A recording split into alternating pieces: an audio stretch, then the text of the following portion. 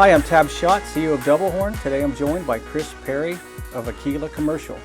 Hi Chris, how are you? Great, thanks for having me. Good, good. Before we dive into AQUILA and Austin and a bunch of other topics, tell us about yourself and how'd you end up with AQUILA in the spot you're in? Great, so I grew up in Austin and native Austinite. In in the late 90s, I started at Trammell Crow. I was there for 8 years.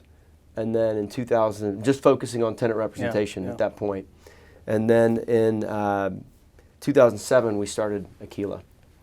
So before we dive into Austin and AQUILA, tell us about the transition that you've seen since you've been at AQUILA.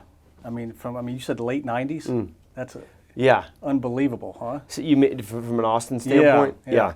So it's been unbelievable. It really has. I mean, I can remember when I first started the downtown market. Yeah. If you saw 100,000 feet get absorbed in a year, it's like, okay, it's a good absorption year. Now it's like one deal, 750,000 feet. Like, we'll take the whole building, and it's just been exponential. It's been really incredible. No one saw it coming. It's just Austin's become a really interesting market. We filled kind of a void. Nationally, I think that a lot of these West Coast companies have just felt like that their growth in whatever market they were in, California, Seattle, Portland, it just got expensive, both from an employment standpoint and also from a real estate standpoint, also potentially a tax structure standpoint. Right. And so we've had a lot of those big relevant companies become much more relevant in the landscape of national businesses. And they've also decided at the same time that Austin's a good place for them to grow. Employment's a little cheaper, real estate's a little cheaper. The culture here in Austin works for them. Yeah. And Austin's been a big beneficiary of that. So I want to circle back to that about how Austin's benefiting in the outlook. But during that, so I prefaced this question with having you set it up. How did AQUILA form its niche? I mean, during that. That's a great question. That is the question, because you guys are so successful at what you do, yeah. And it's highly competitive, and Austin's so hot, so It begs the question, how are you different? That's a great question. When we started AQUILA, it was an interesting time in the market. There was a lot of reshuffling going on within the industry, brokers moving from one shop to another, some starting new companies.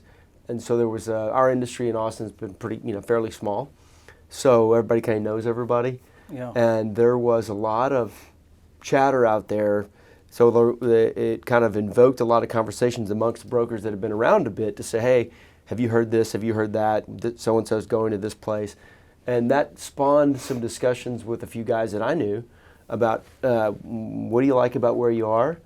What would you like to do that might be a little bit different?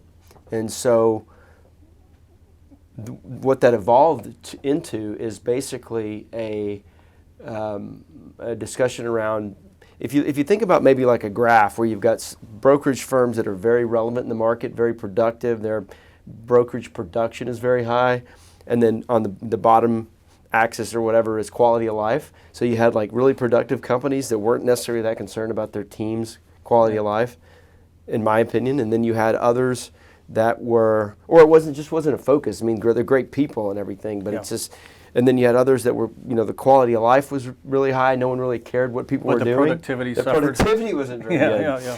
And so we were like, hey, we feel like there's an opportunity to do something and be good at both, be very team oriented, and be focused on people's personal time and respect that and respect the importance of people's families and personal lives, but also, we're very much achievement oriented, and we want people that are very productive and competitive and want to operate at a very high level.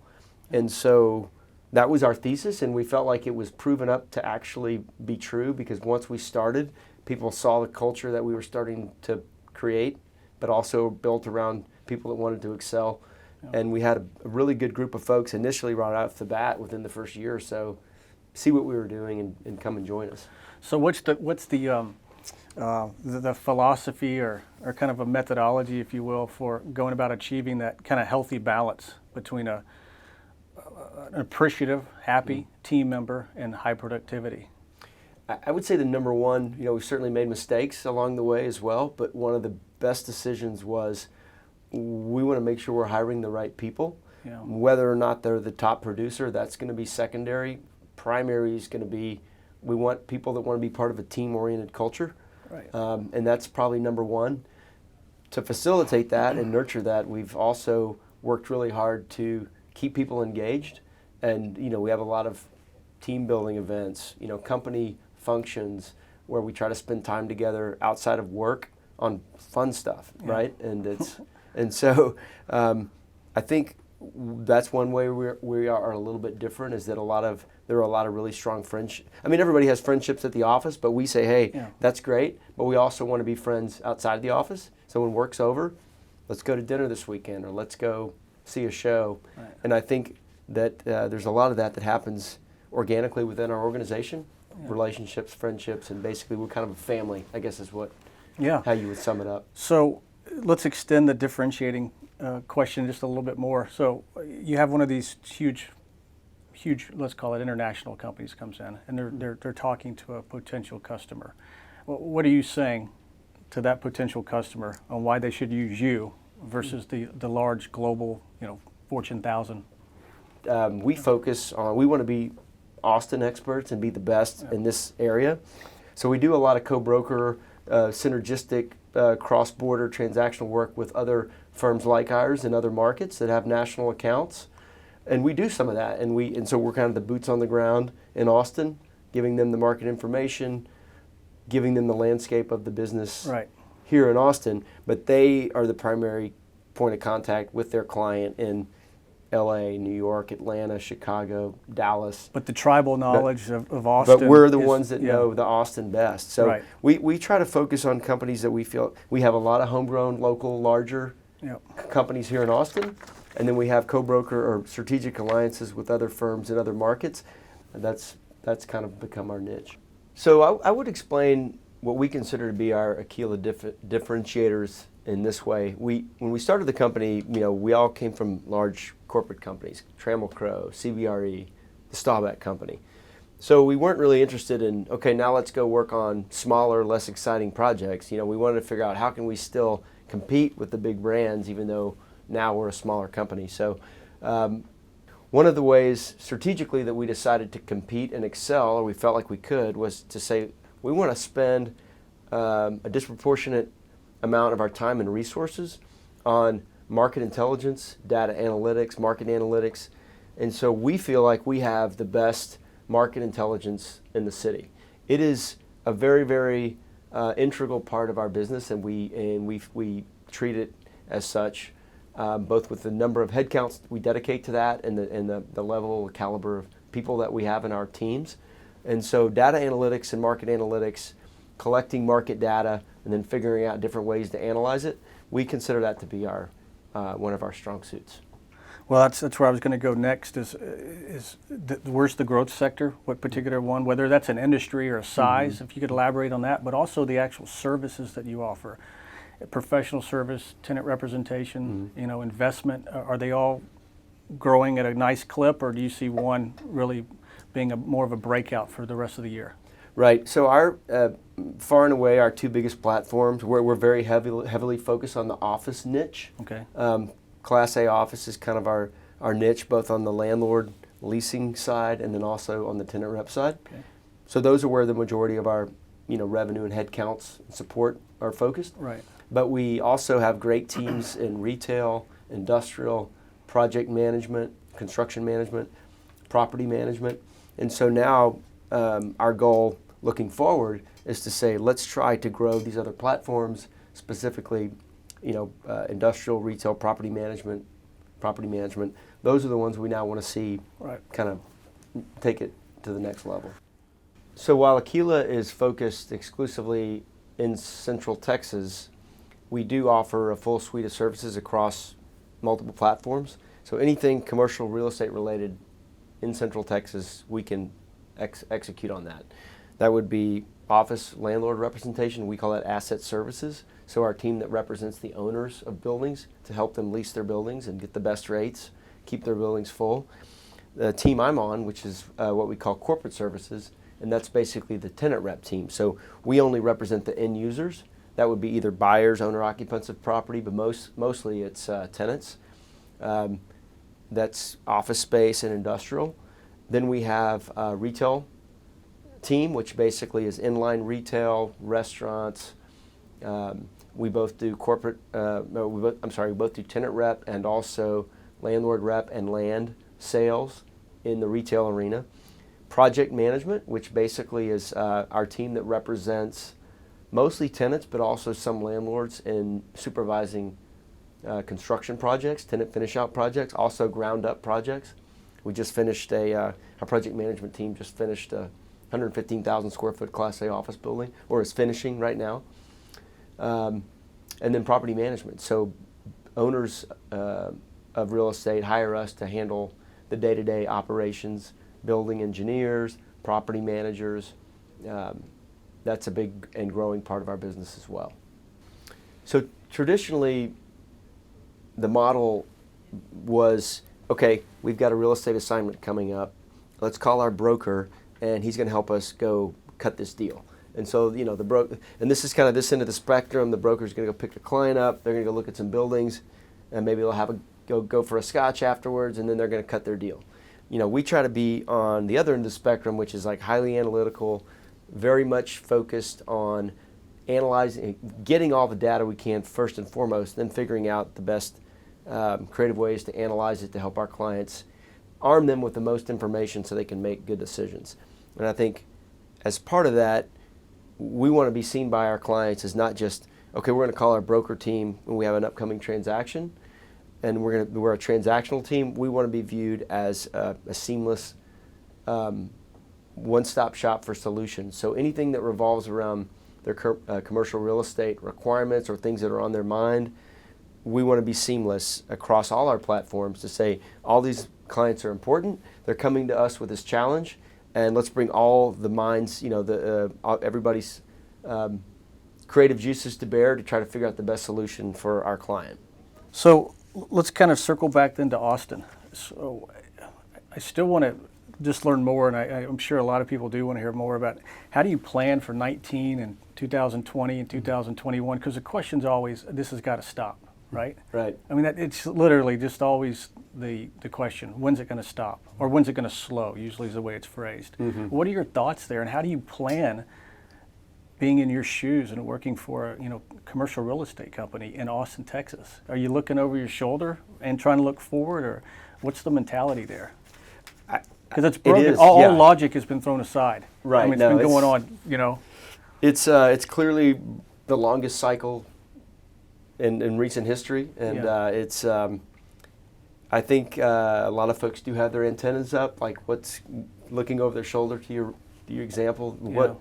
How long can this go on? I don't think that good market, expansionary cycles die of old age. So certain things do have to change, and right now things seem to be really, really good. I asked a colleague, or a contemporary, I guess I would say, at a different company, who's with a really smart group, and I just said, hey, you guys are building some big buildings out there. A lot of them. Is there anybody over there at the Brain Trust that gets nervous about how long this expansionary cycle's been? And she paused a second. She's like, well, people used to talk about that a couple of years ago. Now we just don't talk about that anymore, which can be a little nerve-wracking. Denial? Well, I don't think so, because I just don't think there's no reason to artificially try to look for problems if they're not out there. Having said that, clearly things can't go on forever. There's always expansionary periods and then valleys. That's clearly the case. Yeah. But right now things seem to be going well, so we're trying to keep our heads down and work hard. So it's no secret Austin's a super hot market, and there's a lot of tenants competing for space right here, right now. It is clearly a landlord's market, period. We would consider 10% vacancy kind of an equilibrium market. Anything less than that is a landlord's market, so we are clearly under 10% of vacancy. What sometimes gets lost is that while we expect, in the next year, it's going to be really tight from a space standpoint of, tenants competing for what's out there. So we are tracking currently over 7 million feet in the development pipeline under construction now. That is over 3 million feet that will deliver 2020, over 2 million feet that will deliver 2021, and another 19 million feet that is planned and basically in the process of getting entitled and has architectural renderings and like this is a project that we can build.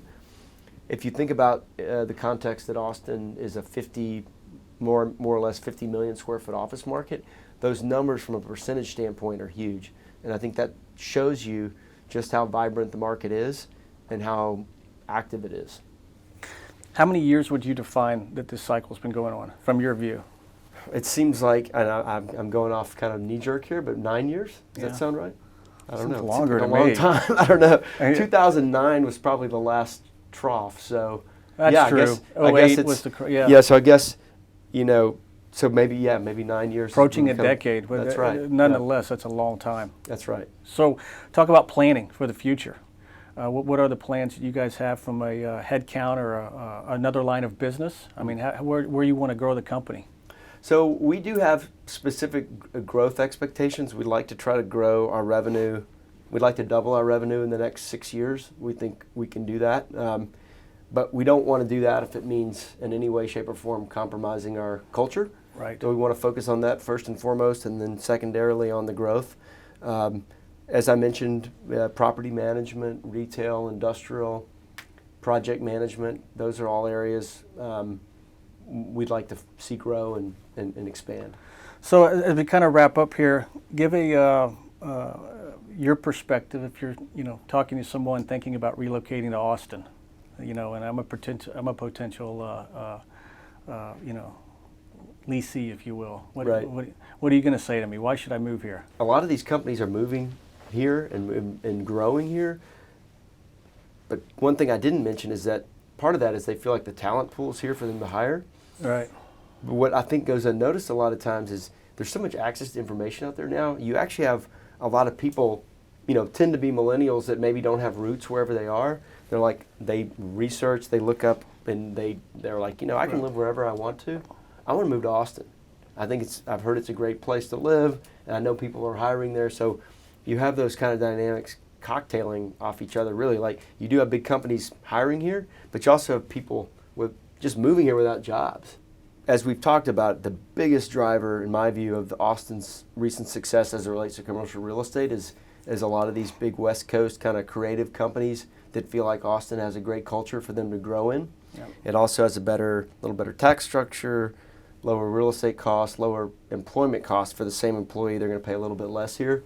That's the biggest driver, in my view. What's been interesting is that now you have a lot of these smaller companies, maybe 20 to 50 employees, that are watching closely what they consider to be the really smart companies and what they're doing, and they're now following suit. So we've had a lot of kind of these smaller type companies also moving here, and that can be either let's grow our sales team in Austin, but we're going to keep our headquarters on the West Coast, or let's move our headquarters to Austin. Literally lift and shift. Lift and shift, and a lot of it too relates. If you do go back to the tax structure question, you look at some of these real highly compensated executive teams.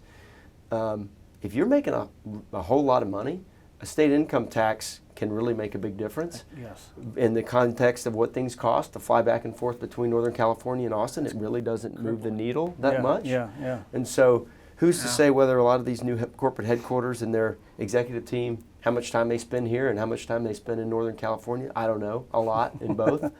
But they're not paying corporate personal state income tax anymore. So that's right. Another dynamic that we've been tracking. It justifies the plane ticket, And then some. Yeah, and then some. You got it.